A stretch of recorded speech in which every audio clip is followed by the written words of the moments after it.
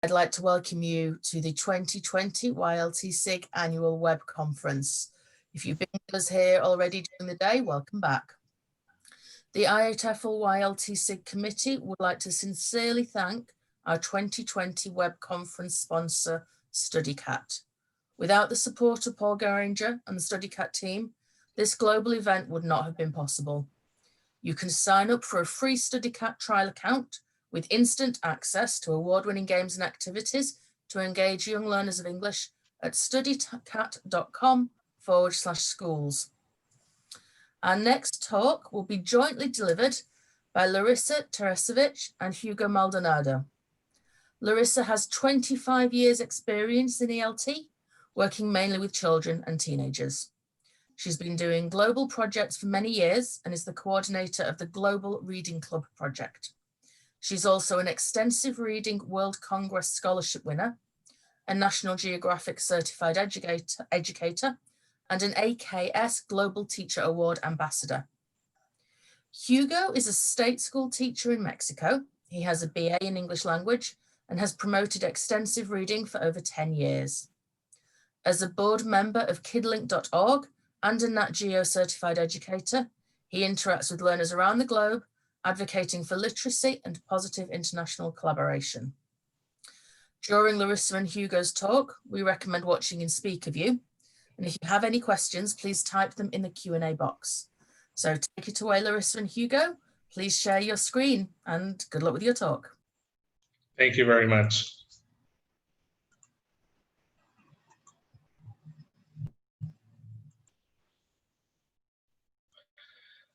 Greetings, everyone. Greetings from Russia and Mexico. We are very pleased to have you here, and we are truly excited to be part of this IATEFL first web conference. Oh, here. There, sorry. Well, as you may have been wondering, we are presenting the Global Reading Club with you.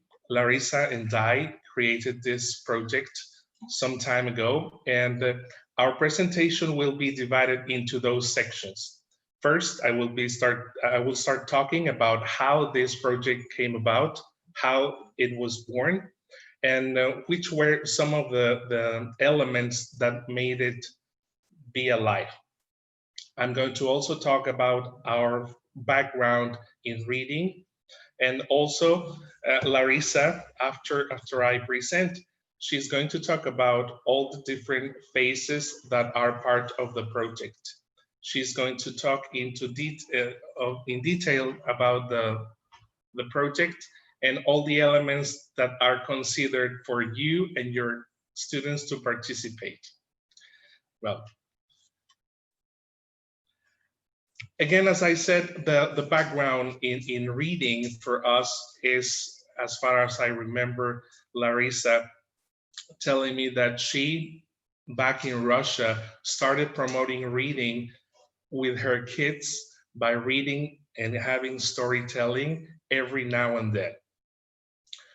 In Russia, in Siberia, very far away from Mexico, from this small town that I'm connecting from right now, you may think, how did you two meet and how did you decide to create a project to promote reading in such a different context? Well, there is a reason for that.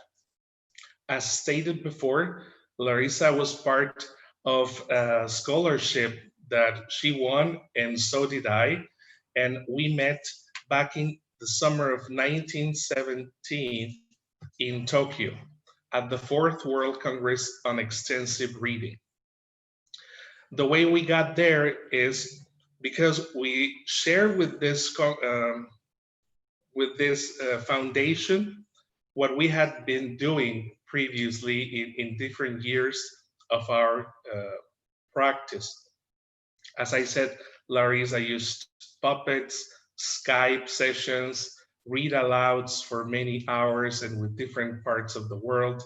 And I was traveling with a cart around my school and the city, promoting the reading of L2 material, specifically in English, with all the individuals that were in my charge back then. When we met, we decided, and when we discussed our paths, we saw that we had many similarities, many struggles, and how to overcome many adversities working at government schools. And we decided to create something that would improve our practice with promotion of extensive reading and have this extra push after the Congress. So right in front of a couple of sushi rolls, some soda, and edamame, we came up with this idea of having the Global Reading Club. And we said, okay, we're going to promote extensive reading as we had previously promoted, or are we going to do something different? And of course, we wanted to incorporate all the things that we were working with before, especially her, because she was much more versed with technology that I was, or that I am. And we started like chipping in and having these long, different time session meetings on Google and on Skype until the creation of this was a reality. We have been inspired by many phrases and many books. We love reading, and we kind of agreed that this phrase by Oscar Wilde was probably one of the mottos that would push us to create this. And we understand that, I'm going to read this, it is what you read when you don't have to that determines what you will be when you can't help it. Having our students get in touch with reading and reading for pleasure, we think is one of the crucial elements in every school system. I'm not really familiarized with all the elements of Russian system, but in Mexican system, we are struggling all the time with how students approach reading. And I'm not even talking L2 or English reading. It's reading in general, like in Spanish.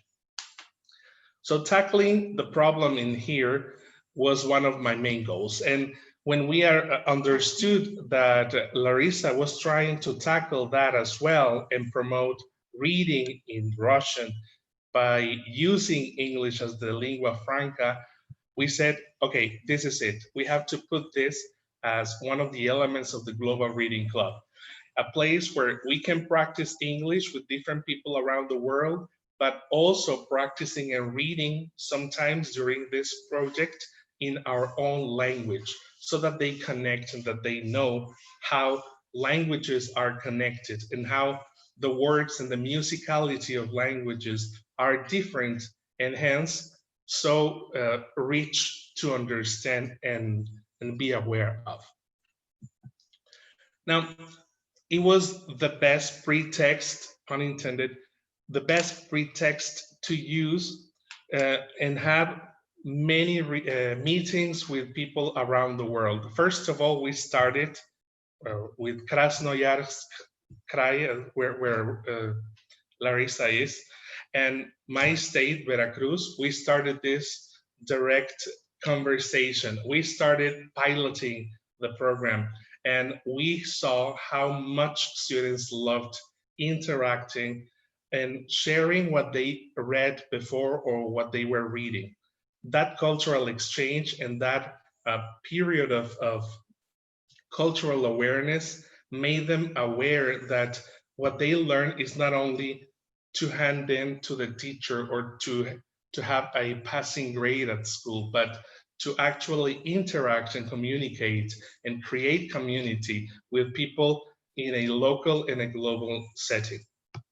The experiences they had, both Larissa's classes and mine, were truly emotional, to say the least. And as we had this as our baby project, the emotion was, I think, greater. Now, extensive reading, as you all may know, it is based on reading for pleasure. The students read the things they want to read. It is no surprise that I chose the books my students chose that during that exchange, because they chose Charlotte's Web and El Mundo de Sofía in Spanish, El Lobo Estepario also in Spanish. They wanted to read it and comment it and then talk about it in English. And this other student wanted to read Dr. Seuss, many books that we have at school. And having students pick what they want to read is a powerful tool to make students actually like and feel more responsible for what they are going to do. It is not an imposed activity, and obviously many of you or most of you have done that, give students the choice. And we understand that reading for pleasure goes beyond task class tasks. They need, or they actually start reading more in other areas of their life, such as other classes, through newspapers, internet feeds, or publications and posts. So this project at the beginning and so far has created a bridge, a strong bridge between many schools in mostly Russia and Mexico, but then Romania, USA, Turkey, India, Taiwan, and Indonesia have participated so far. We love how our students now can identify more countries. They can identify capital cities. They understand that they have a language which might be similar to ours in many ways. They understand different aspects of life through these interactions. I can confess that by the time that I entered this project, I was truly a technology virgin. I didn't even know what a Google document was. Larissa was truly patient in teaching me how to access these tools, and I think that was a humbling experience in a way that I used the same way that she led me into this with my students, because they were not familiarized with the use of these kind of tools. Now we're talking about 2017, so this dates back from this pandemic time. So when you would talk to your classmates or colleagues about these tools, some of them did not want to use them at all. So we had to face different obstacles, not only with students, but also with school and colleagues. But we managed to do it in a good fashion. Now, we have used Flipgrid, Canva. Lately, we started using Book Creator, and we understood that students are great users of these platforms and apps. They just love them. They are teaching us a lot, and we are still promoting reading for pleasure. Our project has 3 phases. The Global Reading Club is something that you can enter in any of these phases. Now, the first 2 phases are focused on reading to another person, having a live conversation with another class, having a book report, etc., like through videos and putting it on Flipgrid. And the phase 3 is a little bit more focused on writing production, of course, by students. Now, I will go a little bit deeper in phase 1, but Larissa is going to talk more about phase 2 and phase 3. So now I'm going to tell you about some of the dates for registration for the phases and running times throughout the year. And then Larissa will be in charge of the rest. Okay, so for phase 1, the registration generally happens in August. Like the whole month is open, registration's open. So if you are interested in having an exchange of reading, like what is your favorite book, etc., with your classes, you can register. We are serving elementary schools. We're serving also middle schools and high schools. It is something flexible. And we also ask like which level you are teaching so that we can pair you up with another class. And that's pretty much the idea. If you want to participate with another level, that's also fine with us. It's actually quite interesting to see the reaction of older students, seeing how younger students give great presentations. So they kind of feel jealous and they want to do better. So phase 1 is registration in August, and it runs starting September through December. Now for phase 2, registration starts in January, and the project runs from February to June. And the phase 3 registration happens in July, and you have the option if you want to just work during summer, or if you're up to a full year. Now, how's that? Doesn't that overlap with the other? No, because probably those classes only focus on writing and writing production. Okay, that is the phase 3. Okay, well, and that's for me the presentation. Larissa, there you go.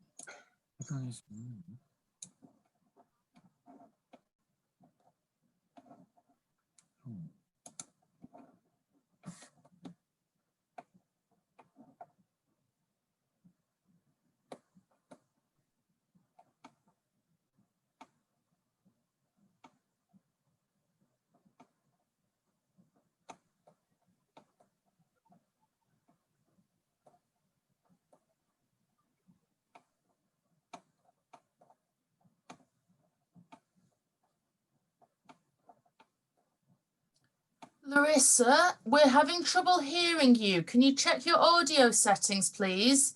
We're not getting your audio, I'm afraid. Looks like she's just off to fix something.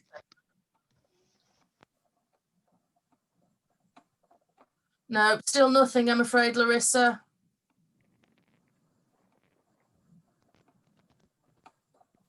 Can you hear me now? Ah, brilliant. Thank you. Welcome. Carry on. Okay. So the second phase, please turn on phase 2. The second phase is a global reading marathon. It lasts for 2 weeks, and the final point is on the World Read Aloud Day. During these 2 weeks, we organize video conferences with 3 or 4 classes at the same time from different countries. And students reach for each other aloud. Classes usually choose folk tales or books written by the writers of their country, but in English. And it is a traditional thing that during these meetings, students usually read in their own native language too. Hugo, please turn on the slides, some of them. And it's a great way to share the culture. Another activity in marathon is speaking about students' interests in reading. Sometimes classes discuss the same book or tell each other about their favorite books. As for the phase one, students tell about their favorite books in a flip grid and exchange this experience. And here they just discuss their favorite books. During these years, about 30 countries took part in the marathon. The educational collaboration gives students a chance to learn about foreign literature from native speakers just from the first hands. After the marathon, classes usually continue their relationships and their friendship and collaboration, and they often exchange books in the parcels too, and they can start their own projects too. Well, another slide, please. Mystery guest reader is one of the way we organize Skype Marathon. The guest reader is usually a teacher.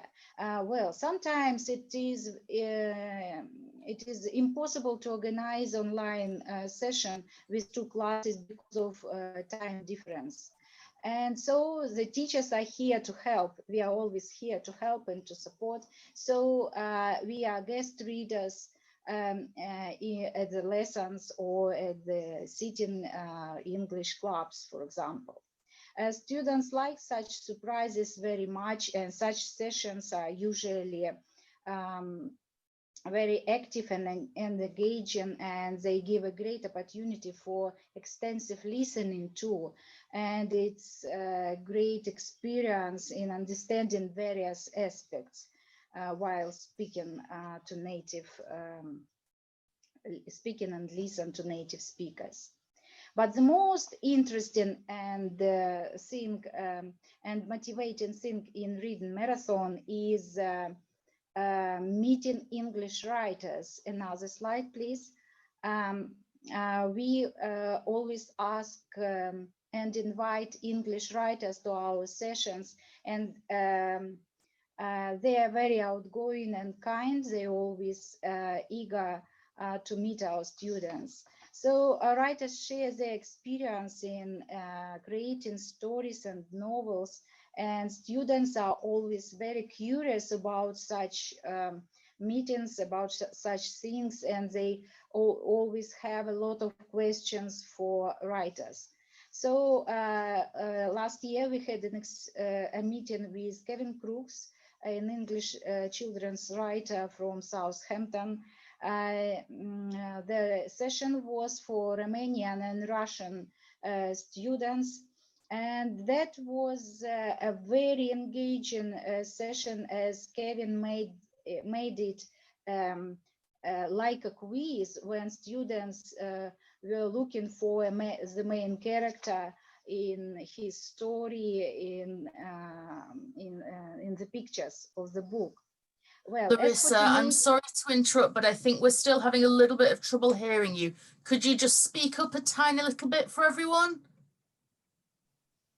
Okay, just a minute. I will.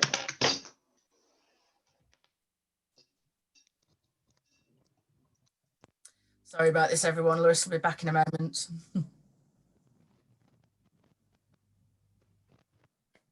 What about now? Is that better, everyone? Yep, it's coming through saying they can hear. Thank you, Larissa.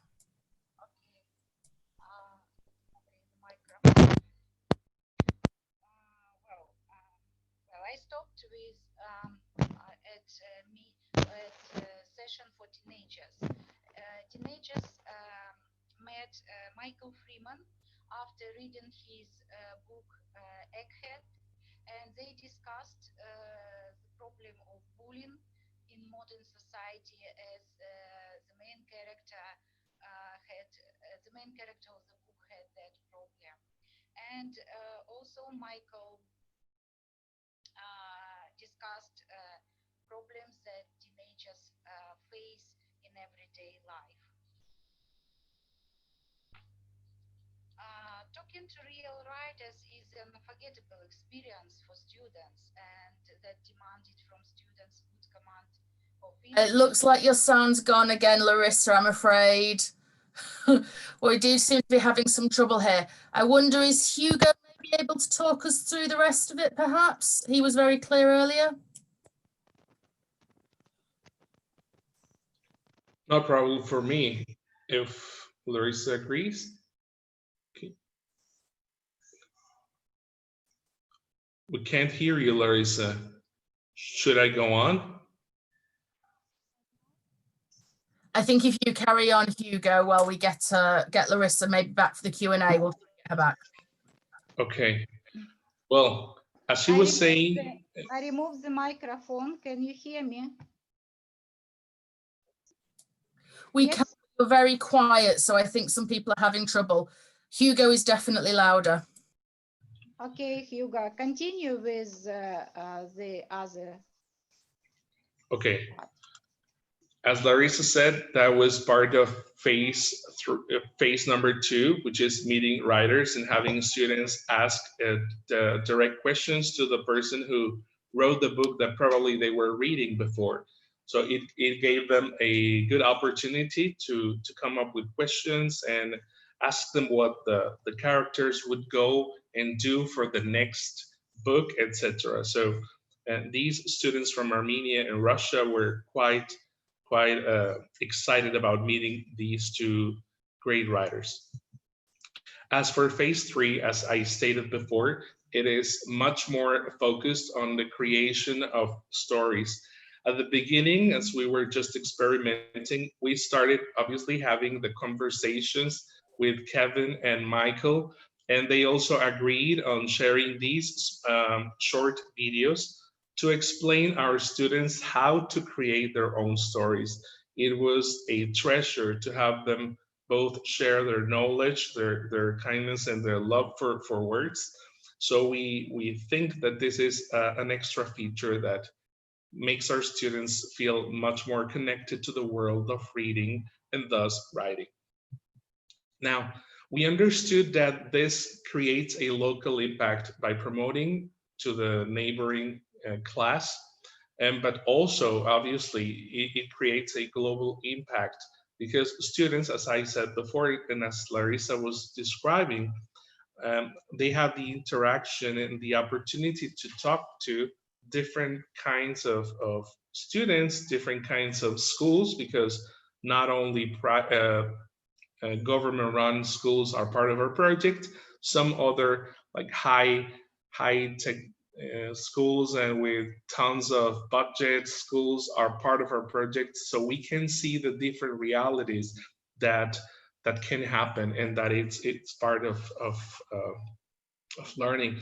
So we thought that this impact is being done in a great way. Now, the Global Reading Club project can be found, and it's hosted by this association called KidLink. It's a non-government association that promotes online projects for free.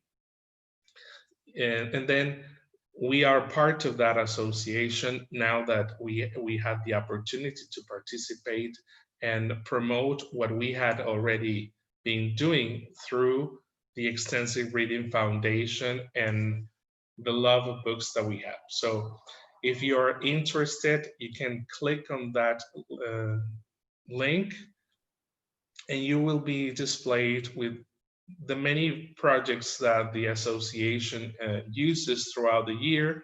Some of them based on reading, some of them are not, but I mean, you're totally welcome and free to use and browse them all to choose from the one that caters your needs. Well, Larissa, I'm not sure if you would like to add anything else, if your audio is not working. Well, I think that you have not mentioned that we started the third phase. that is about writing, creative writing. So English writers inspired our students how to write their own poems and stories. And at the end of the project, we are going to publish an e-book with students' works. Now they are sending their works to us, and then we are going to publish this book. And just imagine that it will be a book with stories of students, of children from all parts of our huge planet. And I think that it's our project is global and the result is global. So, and it has a global impact, well, on us and our students. Thank you for your attention, and we are eager to meet you and your students in our project this year and next year. This year you can join it. And now we are ready for your questions. Thank you, Laura. Back to you. Thank you, Larissa. Thank you, Hugo. Really fabulous to hear about another great truly international project. I'm really seeing this as a theme throughout many of the talks that we've had today, this kind of international cooperation, and it's got me really inspired. I think what you're doing with reading and literacy sounds really important. We know that those two things are absolutely key to kind of any form of learning. And can I just say, please put me on the waiting list for the ebook as soon as it comes out. I can't wait to see it. Thank you very much for your time today. We're going to go into another short break now, everyone.